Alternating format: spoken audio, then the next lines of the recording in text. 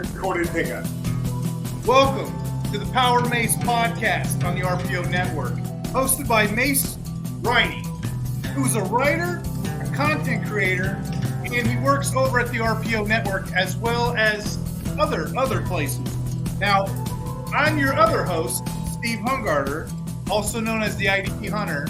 I do the same thing, content creating, ranking as well. You're probably wondering, what is this cowboy music for? Sounds pretty upbeat, sounds like some Wild Wild West stuff that's about to happen. Well, I'm going to tell you, for the first time ever on the Power Mase podcast, we're going to do a special called The Good, The Bad, The Ugly. Now, Mase, I was wondering if you can show the audience, or explain to the audience, rather, what the heck's the good, the bad, and the ugly?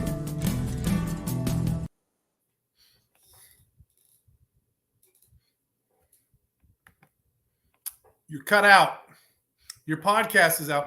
You're mute. Okay, sorry about that. Yeah. So this is done from the idea of threes. Whenever I write or do anything like that, or I'm looking at positional-based stuff, I usually happen to fall into a trend of threes. So what I wanted to do was evaluate players based on their ADP and just overall mental feel for me personally, and see who's good at where they're at, who's bad where they're at, or maybe in a bad spot. So it could be positive or negative. And then just your random ugly, like just guys with, plus 100 ADP either way, or guys that are maybe in the top 40 and you're like, what? I'm not really understanding what's going on here. And also I kind of got like a shootout category, kind of like a shout out, just throwing guys out there to look out for. So a little dirty, hairy action. Heck yeah. All right. So I guess we're going to start with the good, right? Let's do that. We'll just get it out of the way. Let's bring it. So you know what? Before we begin, and I don't know if you have any rookies on here, Mase. I just wanted to set out a little promo real quick. Yeah. The Pro Football Rookie Analytics, they're doing a promo for rookie content. Save 20% now on the early bird special, which is already discounted. But if you type in IDP Hunter, you save an additional 25%. Again, it's a really good special they got going on right now. The books are already reduced. You can't really beat that. And then they just came out with the can you see my screen there? They just came out with their IDP manual too. Like I said, they got an IDP book, they got an offensive book, over 100 players ranked, really good content, really good reviews. Again, they're running out of time, but look into this early bird special. Because like I said, if you want to get a jump start on your leagues, you got to know where these rookies fall. So I'm really excited about that special and what they got going on. But you know what you're excited about? I can tell. You want to talk about the good. So I'm going to let you have it. The floor is yours, my friend. Okay, all right. So we'll just go good all the way across the board. We'll go defensive lineman, linebacker, and then defensive back. Okay, so the first – I consider good, and it's the only guy for some reason who I didn't write what his ADP or what his rank is, but I know he's in between the 30 and 40s on Fantasy Pros, and this is all redraft. Nothing Dynasty, although we will probably hit on some Dynasty. The first guy I got is Jermaine Johnson. I can tell you before you go, I got him as my DL 42. Okay, yeah. So that's he's going to be one of those swing guys at the end of the rankings, essentially, at least like in your top echelon kind of guys, right? Top 3, top 4 kind of tiers. He is considered, I think, to be the second IDP wise on the line compared to Quinn Williams, the defensive tackle. But I feel like maybe Jermaine Johnson is due for an insane breakout season. He's been on the upward scale, right? Every single season, he's getting better stats. He's getting more integrated into that defense. But that defense has a lot of picks invested into it. They've got a few studs on there. Will McDonald's still there. So I wanted to get your thoughts and see if you're feeling good about Jermaine Johnson, or if you're just like, I don't really know. So I'll take a pro and a con here. You are correct. He is getting better. 2022, 14 games played. 2023, 17 games played. Didn't start anything in 2022. 23, he started all 17 games. Yep. He went from 18 solos to 36 tackles. He went from 2.5 sacks to 7.5 sacks. He's on the up and up. Now, the problem I have with the Jets is probably the same problem everybody has.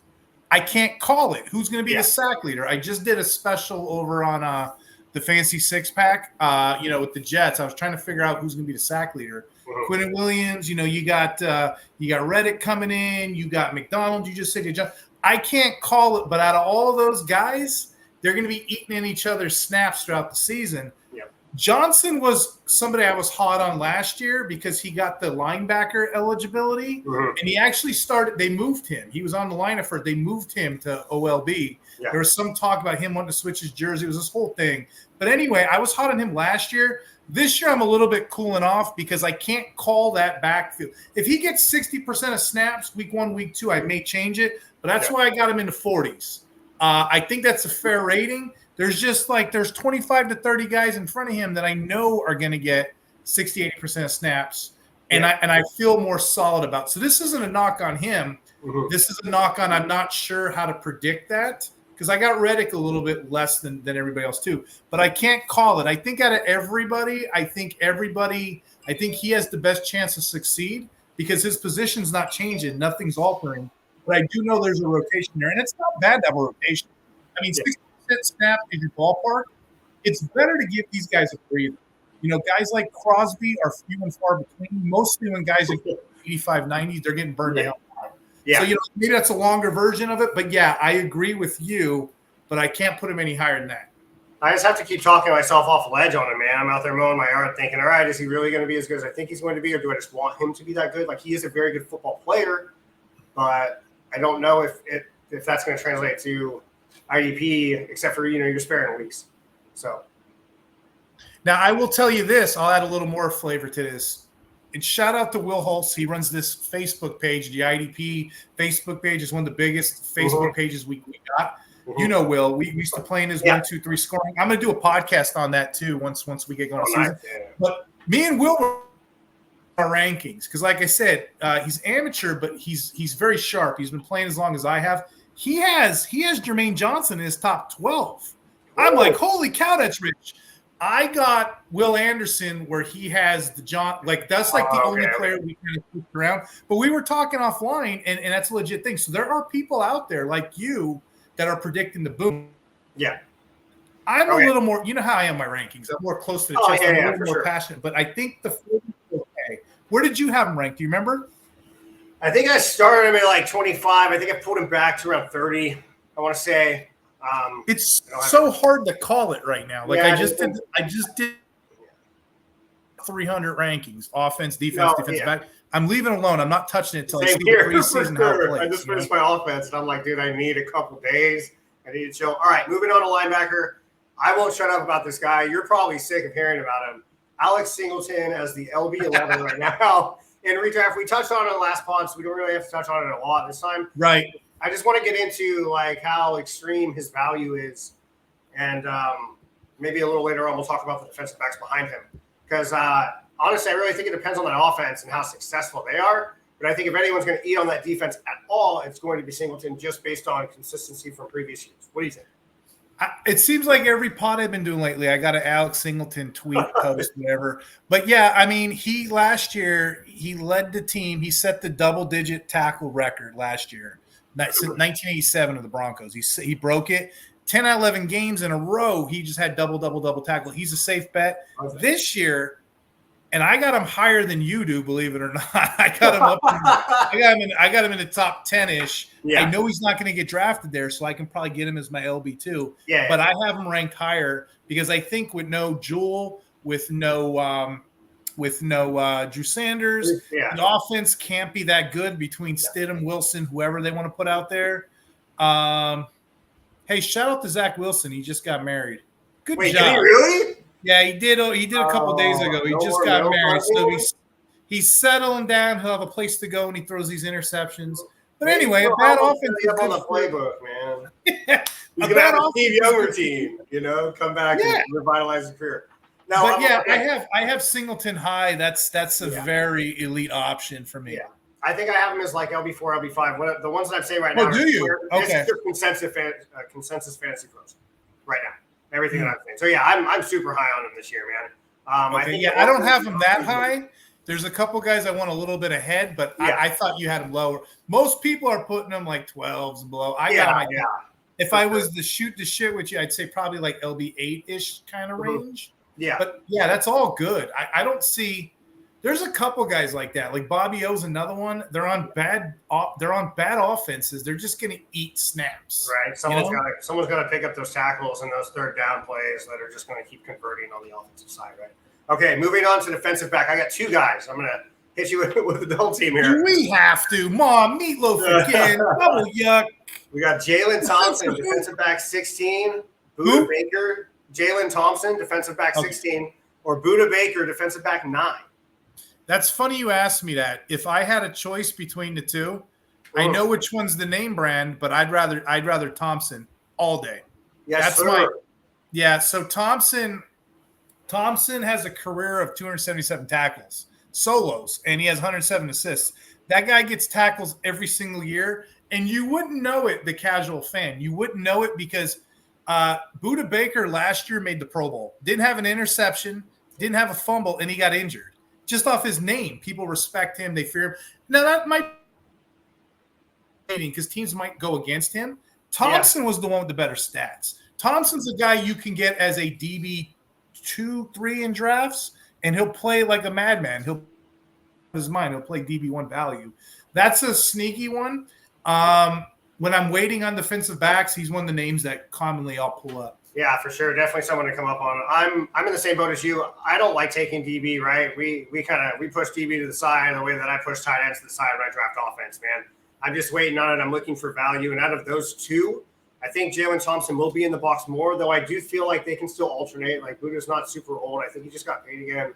Like, he's going to be part of that defense.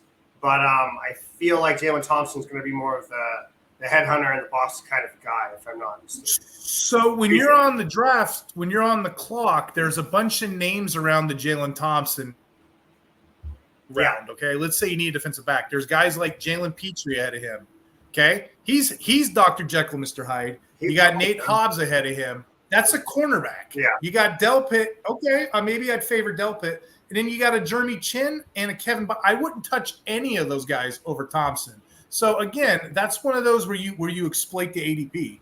I wish I had that name on my last pod when we were doing that, but that's a very good. That's a definite good. And if I'm getting sniped, if someone snipes Jalen Thompson from me, I'm going with like Justin Reed from Kansas City, someone who's going to get that kick return eligibility as well, and also he does perform fairly well in some games. On that note, two things. Yeah, if I get Thompson sniped, I go after Delpit or Blankenship in that window. Oh, yeah, Blankenship too. Reed's in there too. I'll tell you about Reed. There's an article I just read, what you just said. Because of the new kick, and I don't understand, maybe you can elaborate. Because of the new kickoff rule, he's able to maybe keep his career going a little longer because he can return kicks like that. I don't know. I haven't really took the time to fathom that. Analyze that. Any thoughts on that? I just think that anyone that is in a position to have the ball kicked to them and have a free run and get 6 points, that's someone that you're going to need on the roster, especially if they're going to be starting on defense as well. The offensive, that makes sense. The offensive unit for the Chiefs is pretty good. They're going to convert and hold the ball as much as Patrick Mahomes wants to, right? But on that defense, I think they rely on the linebackers and back guys. I guess they do have Jones in the middle, and I know they're just set up all over the place. I just like him because of his kick return ability, I guess. I'm higher on him than those. Okay. Moving on to the bad. You ready to go? Yeah, I'm ready. Okay, for sure. So the bad. Let's do some bad. All right. DL15, Alex Highsmith. Some names around him, okay? Jonathan Grenard, Quinn Williams, 25, and then the previous name, Jermaine Johnson. I don't know if he was overpaid, but his contract kind of comes up, and then they got a potential out the Steelers due in 2025, but his cap hit is just going up more and more. They do have Herbig there, who they spent, second, third round pick on. Obviously, Watt's there. So when Watt's there, I don't think Alex Highsmith eats as much. What are your thoughts? Do you think Highsmith is in a bad spot? Do you think people are overvaluing him? So before I begin, caveat here. I'm just playing devil's advocate. This is what these podcasts are so good. A lot of people rag on Highsmith. Before we stick a fork in him, okay? Alex Highsmith usually gets the harder blocking assignment. Why? Because they move Watt around. They're going to give him the better matchup. So because he gets the harder blocking assignment, not only is he scrapping each week, that's why he's so flux back and forth. he's also getting the tougher linemen that they probably run the ball against. Okay. And that's been statistically proven. Alex Highsmith, believe it or not, was the 11th best edge rusher against the run last year. Okay. He only trailed guys like, and I looked it up, TJ Watt, of course, on his team, Myles Garrett, Max Crosby. For me, he's a buy because everyone else is punting him. So I guess it's in the eye of the beholder. Yeah. You think like he's due? You think just with his productivity, you think the sacks will come? Because he's getting the running assignments. See, that's the issue. You got to know your league. You know what I mean? You got to know your context. But for where he's at, where did you say what players were in that range again? Jonathan Grenard for Minnesota. Quentin Williams was DL 25. I favor Grenard and Williams over Highsmith, to be honest. Who was the other one? Jermaine Johnson. I could see you flirting either or just because they're both kind of the second guy. Yeah, so I was in a 16-team best ball the other day, which shout out to Axe Harding. He runs great leagues. If you ever see Axe Harding on Twitter and he has the league posted, get in it. He's got experts. Sure. But I was on it, and I'm just sitting around in drafts, and guys like Granderson were falling to me, guys like Highsmith. So to me, that's value because other people are punting them. So I guess the old adage with, you got to know your league's economy. So supply and demand. I know that's an easy, cheap player, but I will take the spike weeks versus whatever. I don't chase sacks, if that helps you, Mase. I don't, because they're fluky. It's like chasing touchdowns. I know the man's going to get the tackle volume. I'll go with that. But you're right. He had a bad year, but look at the year before. So I'm not off him. I don't really think Herbig is anything yet. I mean, the jury's out. But I'm actually buying him at the moment, believe it or not. But I do see the rationale. A lot of people are moving away. Yeah, for sure. Okay, moving on to linebacker. Quay Walker, linebacker 16.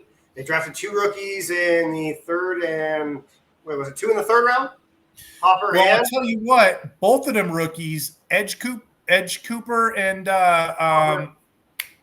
Hopper. Yeah, Hopper was a top 3 Buckus Award nominee all year. Those were what? 2 of our top 10s that we were prospecting the offseason.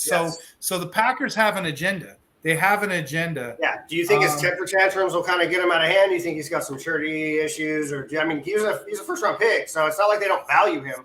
But so is Lucas. I'm gonna give you a stat here because this was racking my brain. Okay. Yeah. I did this. I tweeted this a couple weeks ago, but this is relevant right now. Okay. Quay Walker allowed 46 out of 54 passes in coverage. That's 85%. Not good. Yeah. See where I'm going with this? And then he gave up a whopping 10.8 yards per catch on top of that. So not only is he getting cooked, he's getting burnt and cooked. Yeah. It's like a cheeseburger. He's getting burnt and cooked. Okay. Well done, in addition to being liable in coverage, he's been hit or miss with this tackle rate. He was at 13%. He did cut it down to 8%. 8%'s Yeah. But again, he's not a good – you put it together. He's not a good tackler, not a good coverage guy. You just said it. The Packers drafted 2 rookies. I think if he doesn't get his stuff together this year, they're moving on quickly. Which again, Cooper was the top linebacker prospect. It wasn't like they took I can't think right now. It wasn't like they took Wilson and the Steelers as a developmental prospect. Yeah, no, or Gray or someone like that. And target a linebacker. I think Quay Walker is on the move, and he's definitely a sell to me. I have one more share of him that I'm trying to dump. But Quay Walker probably have a decent season. He's a good tackle guy because he's out in the field. But now he has competition, and he is statistically suspect. Yeah.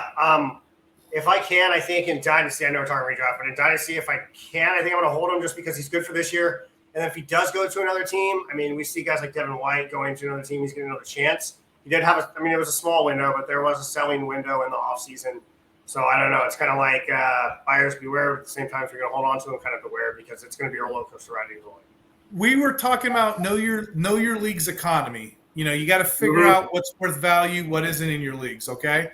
Yep. So again, a common thing I will do. I don't draft off of stats of last year, right? So guys like Nate Landman. I don't know guys like that. I will dump them. I'll let you think you got over on me. Okay, great. Sure, I'll take a first rounder and Kaiser White off your hands. You're laughing. You know what I'm doing. Please, okay, that guy got hurt. for a season, right? But Quay Walker is right now an all-time high because that's all they had last year. You know what I mean? So I would get off that quick. Usually, and Alex Singelton, we did this on another podcast. Alex Singelton is the exception to the rule to me.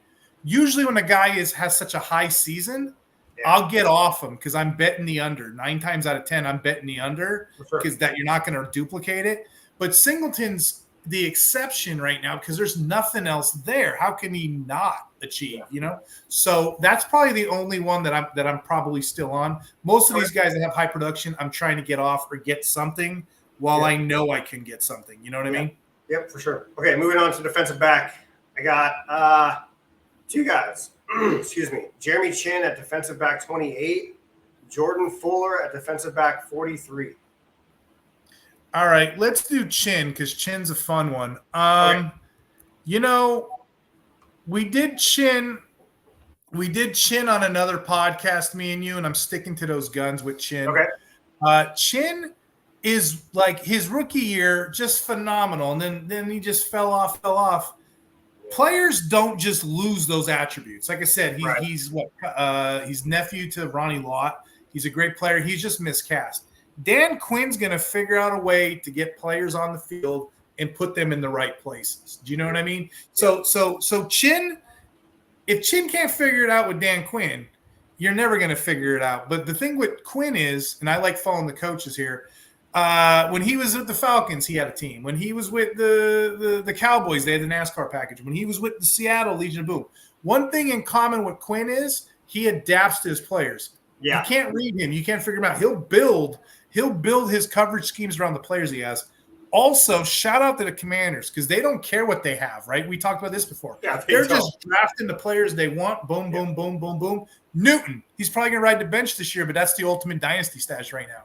Yeah. There's some leagues where they're just leaving him on the waiver wire. So I scooped him up. But, yeah, so Quinn is going to figure out a way to get the best 11 on the field and make it work. So with Chinn, I'm okay. I got him around like the 25, 26, 27 range. The only reason I'm doing that is because I don't want to rely on him as a DB2. If I can get him on the back end, if I can get him as my 3, my 4, I'm okay. Because if he pops off, then I got a guy. But I don't see him anywhere. I don't see him how do I say this? I don't see him not producing. It's hard to project him into the sky because it's kind of, he's on a new scheme. He's got new stuff going on. Like, he's fitting in. He's going to get on the field, but is he going to be that closer, or is he going to be efficiently next? I mean, they also have Bobby Wagner, who's a tackle beast. So maybe those guys kind of link up together. Who else did they get? Cody Barton? Am I tripping? They got Lavu. Oh, yeah, Lavu. Yeah, that's right. Thank you. And, he's a top 30 ranked guy, I think, as well. So a lot of guys to eat there. Okay. And as far as Jordan Fuller goes, I think I'm going to go with Xavier Woods. I think both those guys throughout their careers have been tweeners between free and strong, I guess, if you want to say old school style, going back and forth. So maybe – but I know that Fuller does not – he's got 1 pressure in his 4 years in the league. And when I'm looking for a safety, it's just my type. But I like those guys that bang in the box, and he's not one of them. So if I got to stick my neck out for a guy, especially that late, I think I'm going to end up going with Woods over. I knew Fuller was your guy, so I'm glad you took that because you've been on him since with Rams. But he's just a tackle machine over there. He's what? He was a tackle machine over there, and I don't know if he's going to be put in the same way. He might just set free and go deep. So I kind of had. I'm in a best ball. I'm in a best ball over on the IDP Center, which I'm going to talk about in a second. Mm-hmm. I got Woods in like the 80th round. It's an 8 DB league, 8 points. I mean, they have some crazy stuff, but Woods' PFF numbers are strong. He doesn't necessarily get you big time numbers, but if you're punting DB, there's a name right there. So I'm glad you. 100%. Yeah, he's one of those bye-week betties, man. You come in and definitely help your roster for Spike. Okay, moving on to the ugly. But before we go to the ugly, though, I want to talk about something that's ugly. Okay, I just mentioned the IDP Center. You know what's ugly, Mase? There's a problem in all these IDP leagues. It gets on my nerves, okay? For example, you go to Fantasy Pros, you go to all these fancy trade calculators, they'll tell you, some will say that trading TJ Watt is comparable to Justin Jefferson. Then I go on another site and it'll say, well, TJ Watt is tradable to Devin Singletary. There's no law and order. There isn't. There's no Oh, law. You're right. There isn't. It drives me nuts. Well, here comes the IDP Center, okay? They got trade calculators right now. They got rankings. They got articles by your boy right here, okay? They got it going on. They have over 300 active managers, free leagues, money leagues, best ball leagues.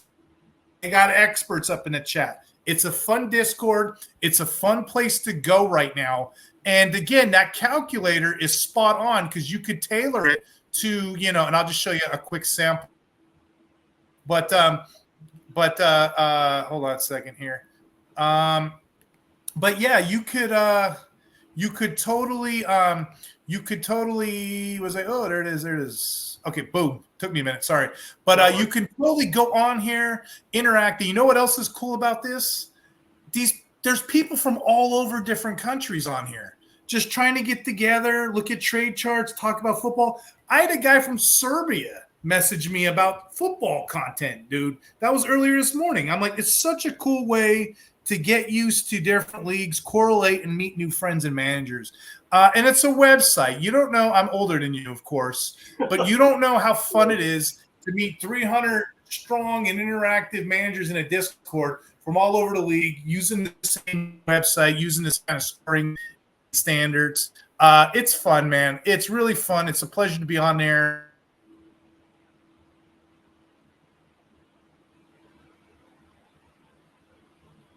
Free site right now, TheIDPCenter.and. It's about to go behind a paywall. So start getting on there, start looking at stuff. Again, we're out there. You know what killed me, Mase? I was talking to some dude from Germany. And he's like, oh, I know your stuff. I'm like, cool. He goes, do you know Leo? I'm like, everybody knows Leo. And I had to call Leo. Up. I'm like, Leo, you're a godsend. All these people know you from all around the world, I was feeling good right here. Then all of a sudden they know Leo too. So again, there's people all over the world. Heck,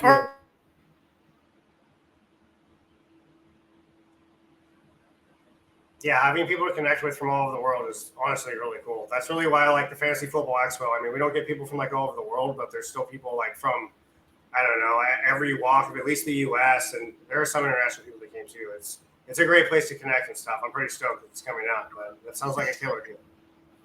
Are you plugging the Fantasy Expo? Is that what we're gonna do? Just real quick, man. That's where I bought this hat at. Well, I guess in Canton, but I'm excited. I'm excited to go down there and meet people. You were talking about international or like people from whatever, and it's insane thinking that like 4 years ago when I started doing this, I didn't really think it would end up like this, and now I have so many friends. I got you, Leo, all the guys, I don't know, guys, gals, humans in general, man. It's just crazy to see all the love that's out there in the world. People just wanting to get together. Like when I first started, I was like, there wasn't anybody out here really doing this, and we're trying to find. Now people are just messaging me, for content. So yeah.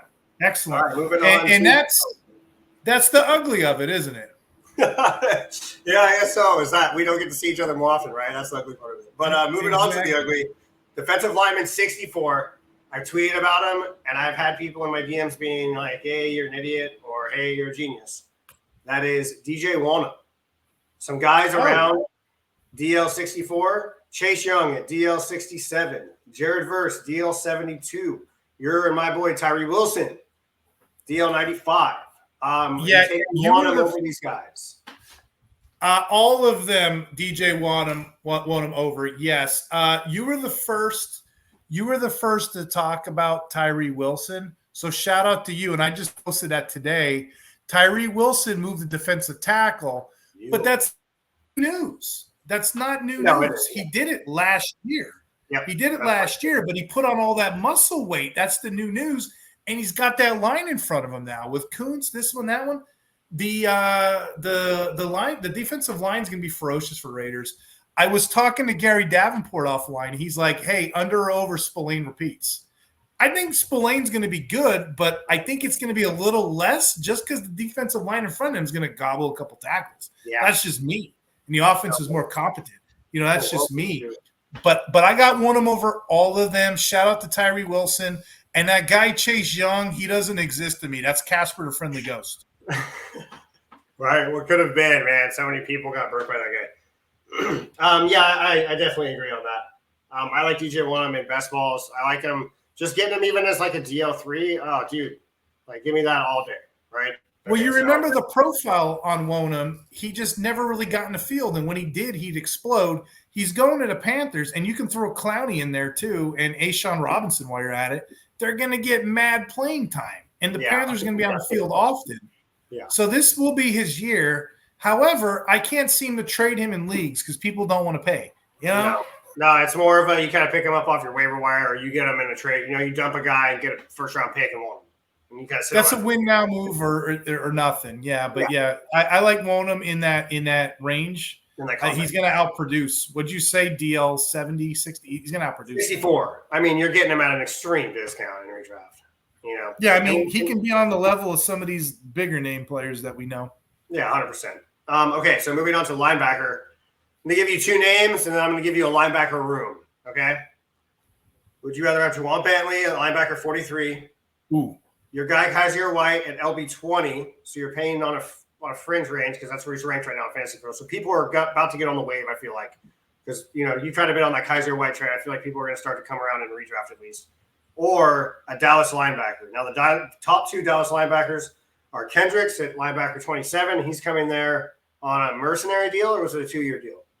I don't remember. Either way, Damone Clark is linebacker 70 after that. Yeah, so Clark makes me mad, man. Clark has every opportunity, he never does anything with it. I am so off Clark. I think I have him punted more than the consensus does. You like Overshown? What's that? Overshown? I'm not really sure which guy's gonna take it over there, so I'm not. I know Kendricks is gonna be on the field regardless. So Overshown was like this Texas All-Pro college kid, and then he gets drafted, he gets hurt. Mm-hmm. I don't know. I don't care for Clark at all. I know people have put him in like DL 30s. I have him in the 70s. I don't want him. I don't care. I know he exists. Great. I don't want him unless I have to. There's only one share of him. Out of all those three you just mentioned, believe it or not, I went to a system.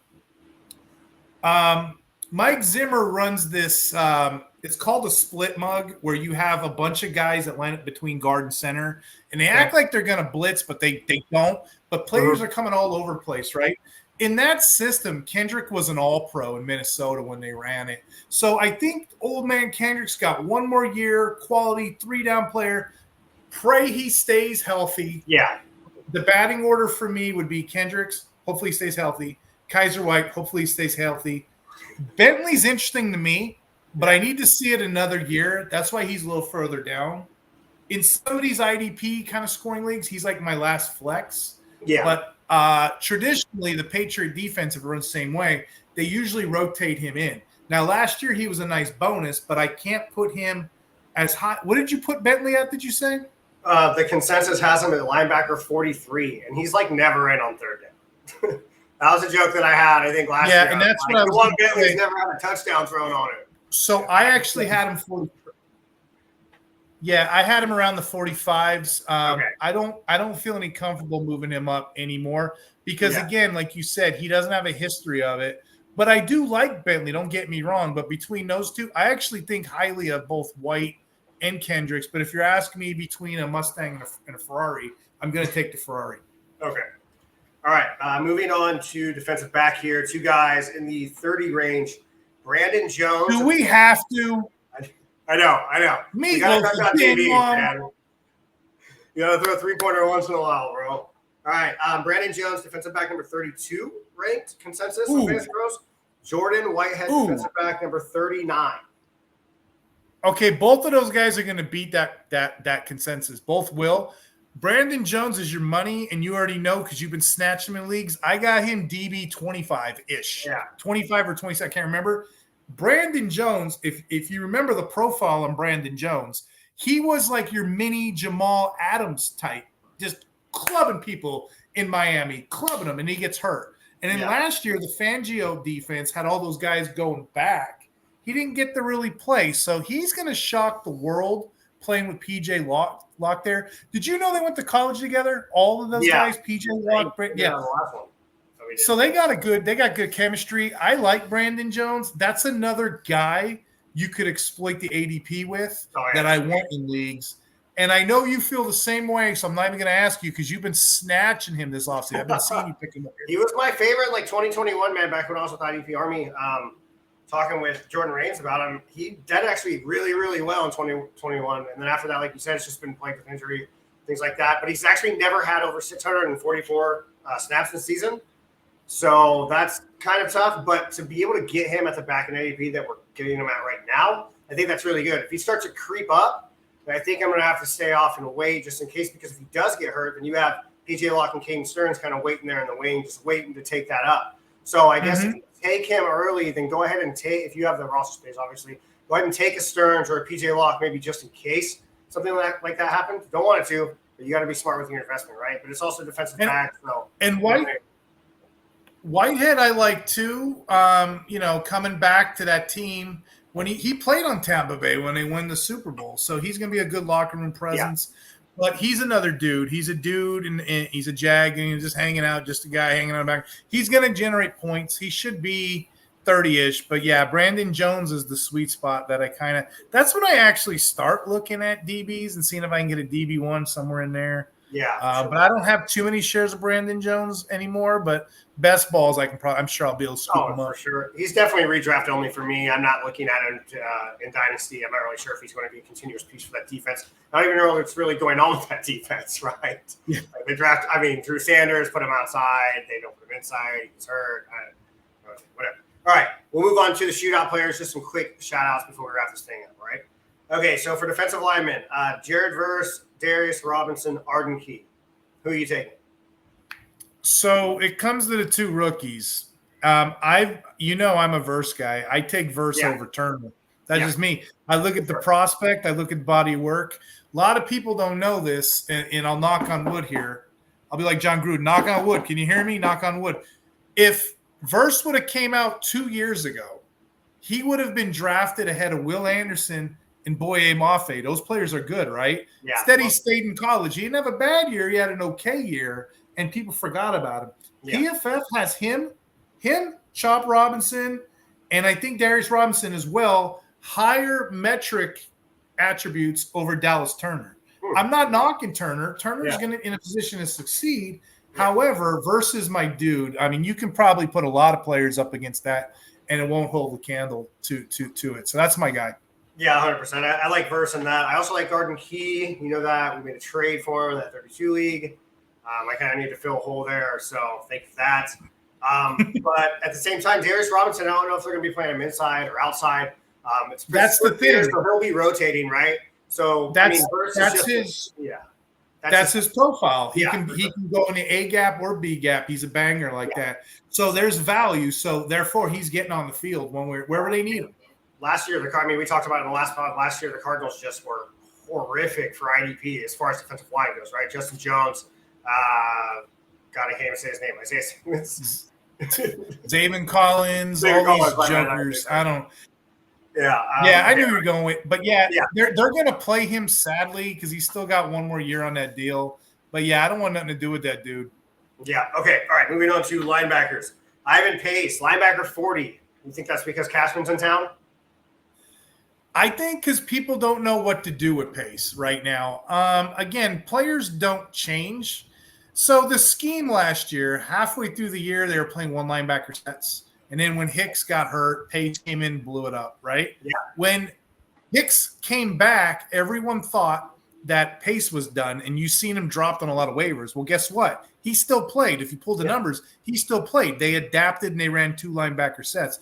And I think that's what they're going to do. I think they're going to play both guys. Pace is a tricky one because we don't know the green dot. Early reports have it. Early reports have Cashman and green dot. But who the hell really knows? Early reports 2 years ago had Pace run around in the preseason. They both can do it. I actually got Pace ahead of Cashman just on pedigree. I think I got Pace 39. I think I got Cashman like 43, something like that. They're fairly close. Yeah. I'm probably wrong, but guess what? I got preseason. I got at least a couple games of preseason to figure out how that scheme's going to work. But that's a good question, and that's going to be a burning one throughout. Yeah, I think Pace should get the dot, but I think I have Cashman a little bit higher just because I think he's going to be that missile that goes. Like I'm not sure. I will say this. Yeah, that's just what I'm thinking. Cashman was a player all the way back when he was with the Jets because I used to scoop him up for free. Mhm. And it's kind of hard to do that nowadays with the internet and linebackers. Yeah. But I scooped him up for free. He just kept getting hurt. And then he moved around. He can play. So we seen that last year. So I really don't know. I'm just going off of pedigree, and I'm going off I know pace. Like where I have pace, I have them in a lot of my taxi squads stashed. The ones that are open, I can get them out if I need to. Like need a penny, take a penny with pace. Cashman, I can't do that, so I'm kind of stuck. I'm riding with him. But yeah, I can't call it. They're both going to be relevant. Yeah. Okay. Who would you rather have? Tyrell Dodson, Willie Gay Jr. And I just want to say his name. You're not going to pick him. Jack Sanborn. I miss that guy, dude. No, honestly, I think that's what kind of happened with pace. Like with Jack Sanborn came in, had those crazy weeks, and then kind of got sat back on the bench. And I think pace as an undrafted free agent, people might be getting scared, although he can still be efficient. Not to backtrack, but tell me about him because I've heard you say the name before. I don't even rank him. No. He's like a third deal on the Bears. He's kind of like their rotational. If anyone gets hurt, come in guy. But they've got Edmonds. They've got Edwards. Why did you use him as a why did you use him as an example? Like you come up with a third guy? No. I just wanted to say his name just because I liked him as a player when he did his thing, and then you said pace, so it kind of reminded me that he had the same kind of relevance. Like he came in and did really well. So it's either the answer is so the answer to me is Tyrell Dodson, and you know Tyrell Dodson last year he was PFF's highest ranked linebacker, and he played well in both coverage and defending the run. I don't know what happened earlier in the year where they weren't playing this guy and they were moving around. I couldn't figure it out. But his only competition right now is Jerome Baker and a guy named I don't know if I'm saying it right, John Rattison. You might as well call him a rat. Tyrese Knight of the Seahawks, the rookie they picked up, they're already planning on starting him as a will. So that doesn't affect him at all. But, Seattle drafting linebacker, good. But for right now, it's Dodson all day long. I'm confident Dodson's going to carve an LB 2, 3-ish role. I'm not sold, though, that he's going to have the green dot. Love can play that dot. Love has done it before. Yeah. We may see a safety in that spot. So if I was looking at anybody on that defense, not outside the defensive line, Love and Dodson would be the two I would pick up. I'm not a fan of Baker. I know the profile. You know, we've talked that before as well. But, yeah, I would take him. Gay's got an uphill battle again. This guy can never land anywhere where he's the dude. You know what I mean? He's always like third or fourth on the thing. He may be the replacement for Demario Davis, but there's just that cover 5 scheme they run with the Saints. There's just not enough tackles because the safeties – hell, Granderson gets in there. The corners get – there's not enough tackles for anybody outside of Davis to prosper. Yeah. And you see that with Pete Warner. Mm-hmm. Yeah. All right. Really, really quick, last of linebackers. Would you rather have Trenton Simpson as linebacker 56 or Kenneth Murray as linebacker 32? Trenton Simpson over all of them. Give me some other names. Trenton Simpson's my dude. Who else you got? Throw me somebody else in there. Hold on. Let me pull it up here. Let me see. Some guys around Trenton Simpson. Let's see. That's the exercise. Diablo. Ooh, you know, Divine had a sneaky year last year. People don't realize he set career highs. So you're asking me between Divine Diablo and Trenton Simpson? What about that's tough. I'm gonna say Trenton. If they're horses and they're racing, Trenton by a nose. Who else you got? Demario Davis, linebacker 35. Ooh, you are hitting, man. This should have been the episode. Who would you rather? Davis, I'll take Davis over Simpson. Yeah, for sure. Okay, last one. Jack Campbell, linebacker 41. Would you rather over Simpson? Yeah. Ooh, that's Barnes gonna move in? Like, what's the mode there? What's the feeling? Because you know Anzalone's he's lurking.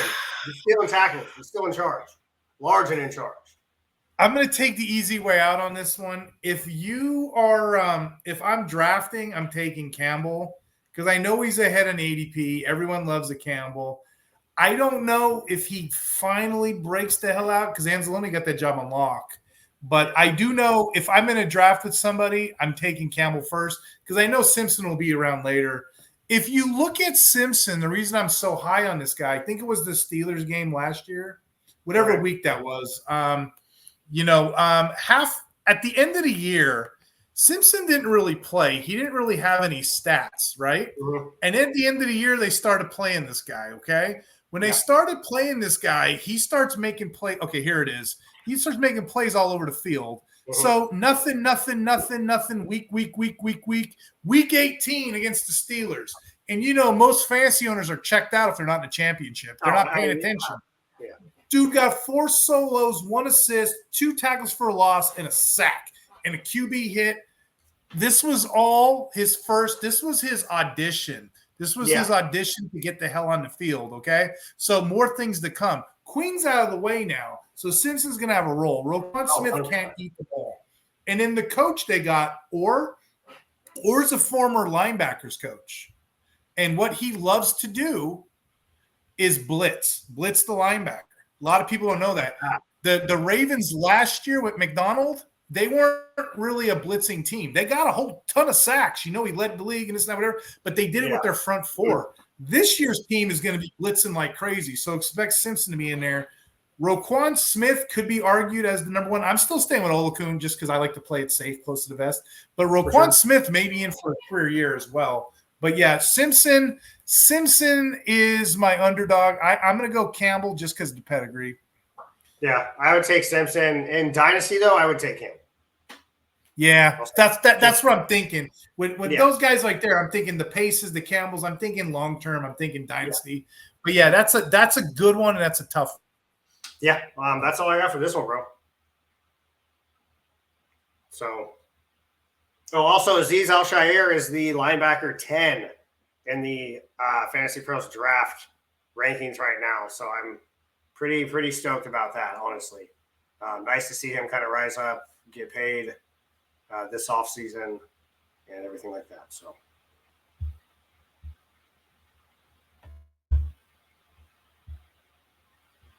Ooh. It's always amazing. Prosper, because last year you could have got him dirt cheap, but his numbers keep going up. So there's no telling, but I got him as LB11. This completes the Wild Wild West episode of The Good, the Bad, the Ugly. Tune in next week. What are we doing next week on the Power Mase Show? We are going to be doing Who You Got. I'm going to throw you a handful of guys that are kind of around the same tier, I guess. You're splitting guys. See, kind of duke it out, see who we like each, give our explanations, and maybe we can kind of sway each other. I like it. All right, I guess you guys can follow my handle at IDP Hunter on Twitter. You guys can follow me at the Fantasy Six Pack as well as the RPO Network. And I'm on that IDP Center. Mase, tell the audience where they can find you. Yeah, on X, formerly known as Twitter, at CaliKing49er17. If you're watching on YouTube, right here on the screen.